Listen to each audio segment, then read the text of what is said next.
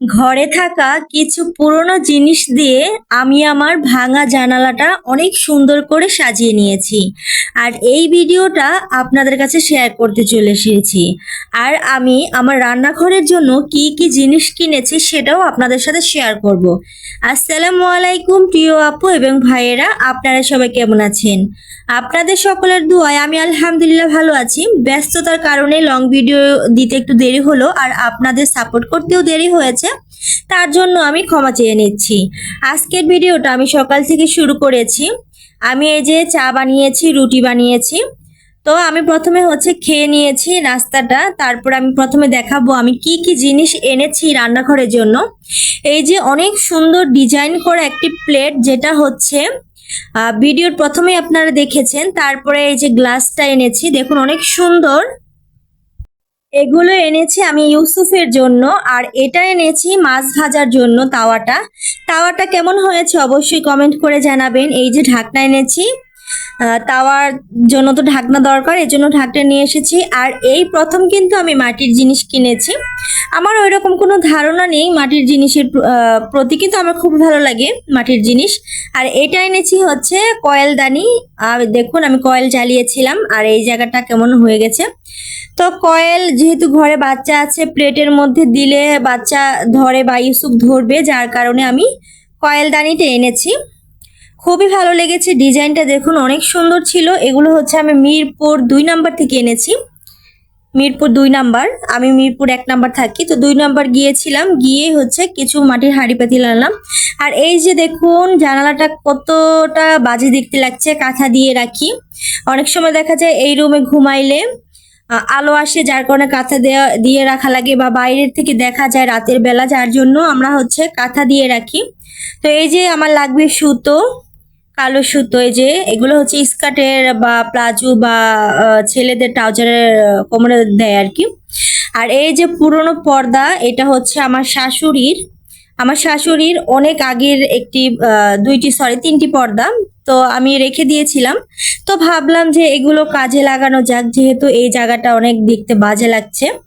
আর আমার ঘরের মধ্যে কিন্তু ওই রকম কোনো আলো নাই, যার জন্য দেখতে মানে এত ক্লিয়ার লাগছে না। আর যখন আমি এই যে দেখুন কাঁথাটা সরিয়ে দিয়েছি, আলো কিন্তু আরো কমে গেছে। বাইরের আলোটা ঘরের ভিতরে ঢোকার কারণে তো আলোটা বোঝা যাচ্ছে না ভালো করে, মানে ক্লিয়ারলি দেখা যাচ্ছে না। তো আমি জামা কাপড়গুলো ঘরে নিয়ে আসলাম, কারণ ঝাড়ু দিয়ে জানলা পরিষ্কার করবো, এই জন্য আমি জামা কাপড় নিয়ে আসলাম। আর একজন আপু আমাকে জিজ্ঞেস করেছিল আমি ইউসুফের দোলনাটা কোথা থেকে এনেছি। আমি মিরপুর 10 নাম্বার থেকে এনেছি ইউসুফের দোলনাটা। ওই যে দেখতে পাচ্ছেন দোল খাচ্ছে জানালার ও পাশে।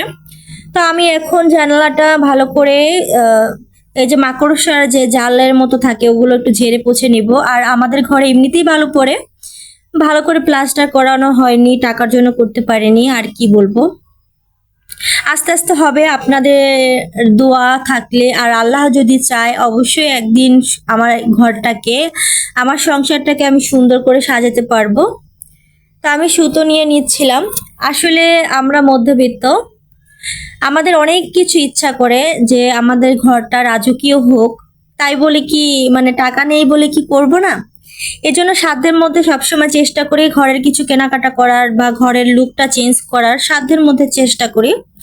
আপনারা যারা মধ্যবিত্ত আছেন তারা অবশ্য জানবেন, অনেকে যেটা খুশি সেটাই কিনতে পারে। আর আমাদের একটা জিনিস কিনতে হলে মাসের পর মাস অপেক্ষা করতে হয়। যদি কম দামি কিছু হয় তাহলে 1 মাস অপেক্ষা করতে হয়, আর যদি বেশি দামি কিছু হয় তাহলে কিন্তু আমাদের মাসের পর মাস অপেক্ষা করতে হয়, কারণ টাকাটা জমাতে হয়। টাকাটা না জমালে তো আমরা কিনতে পারি না, তাই না?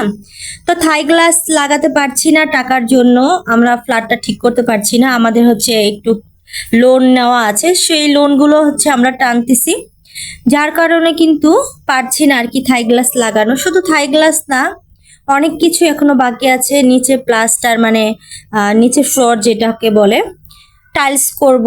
টাইলস করতে পারিনি, শুধু ওয়াল ক্লথ বিছিয়ে রেখেছি। এখন একটা একটা করে পর্দা আমি দিয়ে দিব, যাতে দেখতে সামান্য পরিমাণ ভালো লাগলেও আমার কাছে খুবই ভালো লাগবে। আর সত্যি কথা বলতে কেউ যদি আমাদের বাসায় বেড়াতে আসে বা আমাদের রুমে কেউ আসে আমার সাথে দেখা করার জন্য, আমার মাঝে মাঝে অনেক লজ্জা লাগে বা ঘরের পরিবেশ এরকম ঠিক করতে পারছি না। তো যাই হোক, সব কিছুতে আলহামদুলিল্লাহ আলহামদুলিল্লাহ আমাদের তবুও একটা বাড়ি আছে। অনেকের এটাও নেই, এটা নিয়ে আফসোস করার কিছুই নেই, কিন্তু চেষ্টা করি তারপরেও হচ্ছে ঘর সাজাতে, মানে মন চায় আর কি, তবুও মন চায় আলহামদুলিল্লাহ বলি ঠিক আছে, তারপরেও মন চায়। মানে একটা বিবাহিত মেয়েদের আমার মনে হয় বিয়ের পরে শুধু ঘর সাজাইতে ইচ্ছে করে, মানে সংসার ঘর গুছিয়ে নিতে ভালো লাগে। তো আগে বিয়ের আগে সবসময় নিজেকে সাজানোর চেষ্টা করতাম, নিজের দামি ড্রেস লাগবে, দামি জুতো, দামি মেকআপ, এগুলো নিয়ে ব্যস্ত থাকতাম। তো আমার ইউসুফ যখন ছিল না তখনও এগুলো নিয়ে ব্যস্ত থাকতাম, কিন্তু ইদারিং কয়েক মাস ধরে, প্রায় কয়েক মাস বলতে প্রায় বছর হয়ে গেছে, এখন আমার ইচ্ছা করে আমি আমার ঘরটাকে কিভাবে সাজাবো, আমার সংসারের কি কি জিনিস লাগবে, কোন জিনিসটা কোন জায়গায় রাখলে ভালো লাগবে, শুধু এগুলো চিন্তা করি। কোন খাবারটা বানানো শিখবো, কোন খাবারটা আমার হাজবেন্ডকে দিলে হাজবেন্ড খুশি হবে, আমার বাচ্চাকে কোন খেলনাটা কিনে দিব, আর আমার বাচ্চাকে কোন খেলনা দিলে খুশি হবে। আসলে এগুলো নিয়েই আমি ব্যস্ত থাকি আর কি। তো আগের মতো নিজেকে নিয়ে অতটাও ভাবা হয় না, নিজের কোনো যত্নও নেওয়া হয় না। আর এই যে ফাইনাল লুক দেখুন কেমন হয়েছে, মোটামুটি আলহামদুলিল্লাহ ভালোই লাগছে দেখতে, তাই না? তো আমার ভিডিওটি আপনাদের কাছে কেমন লাগলো অবশ্যই কমেন্ট করে জানাবেন। আর এই যে দেখুন, পর্দাটা কিন্তু সুন্দর হয়ে গেছে, বাইরে থেকে এখন দেখা যাবে না। তো আজকের ভিডিও এই পর্যন্ত, সবাই ভালো থাকবেন, আল্লাহ হাফেজ।